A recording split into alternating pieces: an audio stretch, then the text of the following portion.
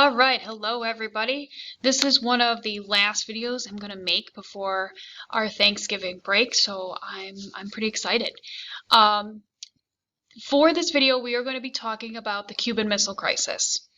This crisis took place in 1961. So what I want you to get from this lesson is understanding the timeline in history regarding the Cuban Missile Crisis, the increasingly tense relationship between the United States and the USSR, and how close we, the United States, came to a nuclear war with the USSR. So we're talking about the Cuban Missile Crisis. Excuse me. I am going to show you this video called The History of the Cuban Missile Crisis. It's 4 minutes and 51 seconds long.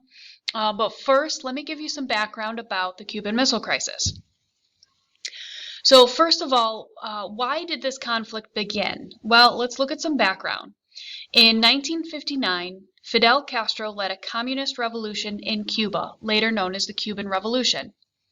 With Cuba only 90 miles away from Florida, the United States feared having a communist nation so close. So first, we're going to look at this map on the right. The citation of the map is a map showing the range of missiles from Cuba. All right, so that's important to note. We need to know what this map is showing us, and that either the title or the citation tells us that. Then we're going to look at the key. The USA is in green. The Soviet missile sites in Cuba is this symbol. So you can see those down here. This is the island of Cuba. Major cities are denoted with the red dots. U.S. Naval. The U.S. Navy was stationed, and you can tell that by the dotted lines. So that's a blockade that's circling the island of Cuba. So here we have Cuba. This is Florida, the state of Florida. Texas is over here. We know that because this is Dallas. These red circles indicate the range that a short-range missile would be able to hit. All right. Long-range missiles could extend all the way into Canada and the west part of the United States. So everyone in the country at this time was very, very, very fearful of nuclear attack from Cuba. All right. This is an aerial shot from 1962 of Cuba. And here's a motor pool. A motor pool is essentially where the military parks their vehicles. A tent area, 3 missile-ready buildings right here, launch pads. So this is an aerial view showing the medium-range ballistic missile field launch in Cuba.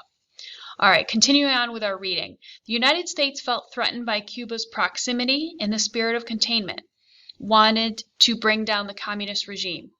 In 1961, President John F. Kennedy supported the Bay of Pigs invasion, an attempt by U.S. trained Cuban exiles to overthrow Fidel Castro.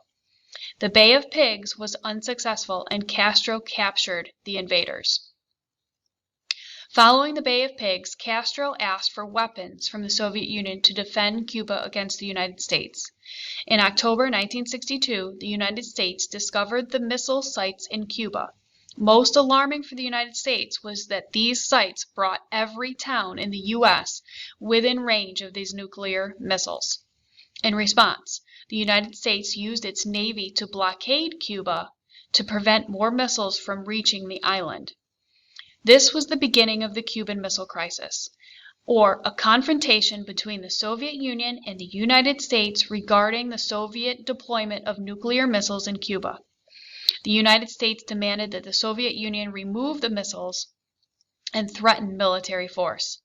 After 13 days of tense fear of nuclear war, Soviet Premier Nikita Khrushchev removed the missiles in exchange for the United States removing missiles from Turkey and promising not to invade Cuba.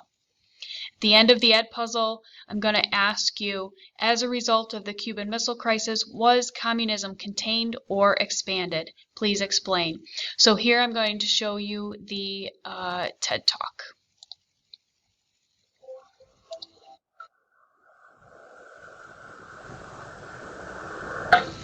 It's not hard to imagine a world where a given moment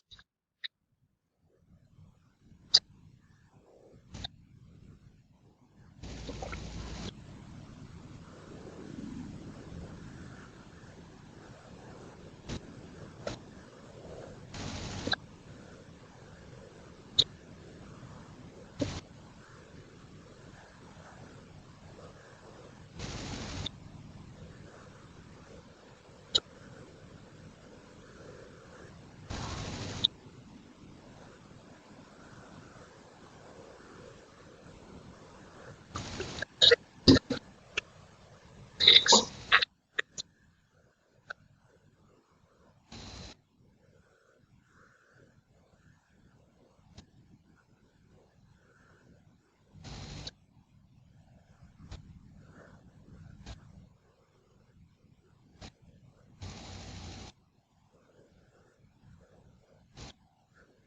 Missiles are already in place.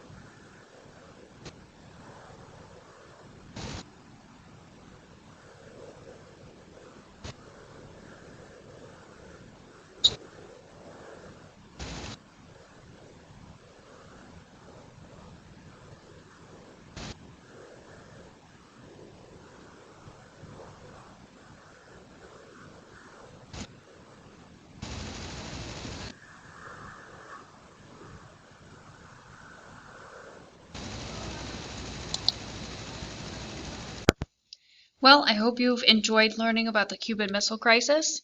Finish up the Ed puzzle and answer this question for extra credit. Shoot me an email or a Google Classroom message. Here's your question. If you could have any superpower, what would it be? If you could have any superpower, what would it be and why?